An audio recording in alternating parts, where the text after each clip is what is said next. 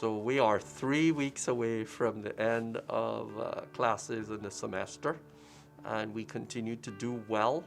You know, overall, the number of positive cases continue to remain low. The positivity rate stays below 5%. The number of people hospitalized at EMC stays at a plateau, and how many on ventilators stays again consistently down. So right now, all is looking well in Lee County. That is not the same for everywhere across the state or the U.S.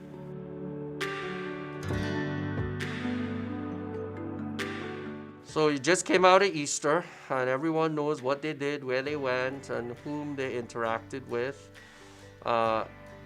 It's going to complicate matters a little bit because we're switching into more allergens. You know, the grasses are now starting up.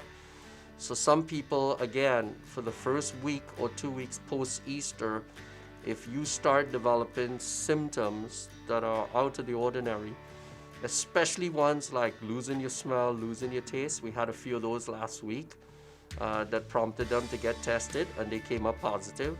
So if you see anything that's unusual or out of the usual over the next week or two, you may want to get evaluated and or get tested. But more importantly, if you start feeling any of those symptoms, please remember, vulnerable people will be vulnerable. So make sure that you don't put yourself in a situation to expose others. We are going to do more vaccinations this week. In fact, we've sent out, I believe, well over 1,000 invitations for people to get vaccinated. So please check your email, including your spam folder, and see if you got an invitation. If you did, go ahead and schedule. And we hope to, again, continue this vaccination process. I was also on the phone earlier today with the Alabama Department of Public Health, and it looks like we're going to get another decent size allocation of vaccines. So we're going to push this even further into the community population, meaning the Auburn community, the Auburn campus community, probably including students.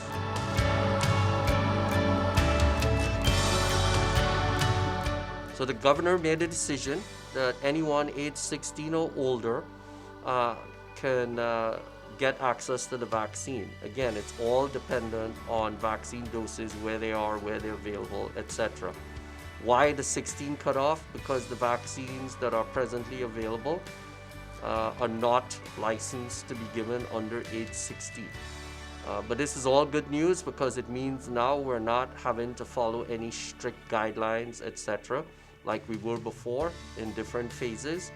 Now it's just a matter of you're interested, and we have doses, we give, regardless who the we are. The we could be a pharmacy, Walmart, some entity.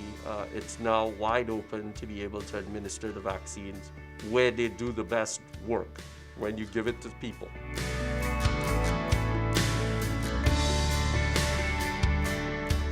The expectation is the governor is going to make an announcement as the present situation expires.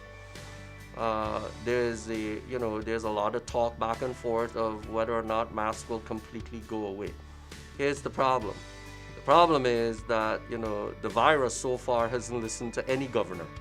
And so despite whatever the governor says, each of us has a personal responsibility to protect ourselves and, more importantly, to protect others by wearing our mask. Now, the weather is warmer, so obviously it's harder to wear masks outdoors, but with that, people tend to disperse more and not congregate into groups as much. So again, I'm going to implore people that you should be continuing to wear your mask, especially indoors or even outdoors when you cannot distance 6 feet or more from people, that you sanitize your hands and you try and avoid large groups, crowds. Keep your bubble to a minimum, especially for the students. You're almost finished with the semester. It would be terrible if you had to have a big hiccup towards the end of the semester by getting COVID.